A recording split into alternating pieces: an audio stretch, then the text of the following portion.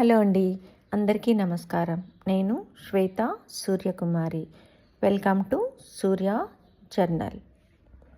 భగవంతుడు చక్కటి అవయవాలతో పాటు మనిషికి ప్రాణం పోసి రూపం ఇస్తే నవమాసాలు మోసి పండంటి బిడ్డకు స్త్రీ జన్మనిస్తుంది. అందుకే సృష్టిలో కనిపించే దైవం అమ్మ మాత్రమే అంటారు. అంత చక్కటి జన్మనిచ్చిన తల్లి రుణం ఏమిచ్చినా తీరదు. బిడ్డల్ని కనగలం కానీ వారి రాతల్ని కనలేమని తల్లి వాపోయే పరిస్థితి ఎప్పటికీ రాకూడదు.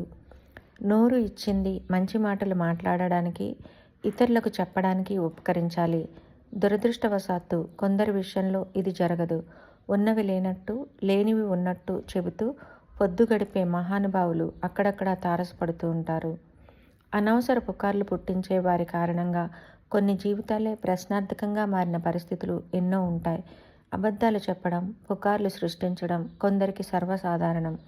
అటువంటి వ్యక్తులు పుట్టించిన వదంతుల కారణంగా బాధపడుతున్న వారు ముందు తరం పెద్దలు సూచించిన బాటలో పయనిస్తే కొంతవరకు ప్రశాంతత లభిస్తుంది. పూర్వీకులు వారు అనుభవించిన జీవిత సారం నుంచి కొన్ని సామెతలు మనకు అందించారు.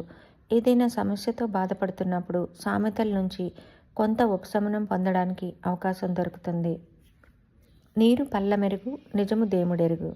ఎవరు ఎన్ని తప్పులు చేసినా, తప్పుగా మాట్లాడినా నీరు కిందకి జారడానికి పల్లం వైపు చూస్తుంది. నిజం ఏమిటో దేవుడు చూస్తాడు. ఇలా అనుకుంటే ఊరట పొందవచ్చు.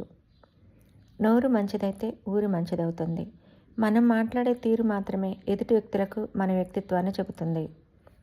కష్టాలు వచ్చినప్పుడే వంతెన దాటాలి. సమస్య వచ్చినప్పుడు ప్రశాంతంగా కూర్చుని ఆలోచిస్తే తప్పకుండా సొల్యూషన్ దొరుకుతుంది. నేనేం నీకు ఉపకారం చేయలేదే, ఎందుకు నన్ను అకారణంగా ద్వేషిస్తున్నావు అనేది జపనీయుల సామెత. అంటే ఎవరికైనా మనం ఉపకారం చేస్తే ఖచ్చితంగా మనకు అపకారమే జరుగుతుందని దీని భావం.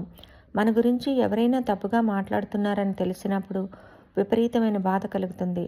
నేనేమీ వారికి ఎలాంటి హాని చేయలేదు, వారి కోసం తప్పుగా మాట్లాడలేదు, మరెందుకు నన్ను ఇలా అంటున్నారు అనే బాధతో విలవిల్లాడతాం. అదిగో అలాంటి కష్టం కలిగినప్పుడు మనల్ని మనం సముదాయించుకోవడానికి మన పెద్దలు ఇలాంటి ఆణిముత్యాలను అందించారు. ఓకే ఫ్రెండ్స్, కొందరికైనా ఈ చిట్కాలు ఉపయోగపడతాయని ఆశిద్దాం.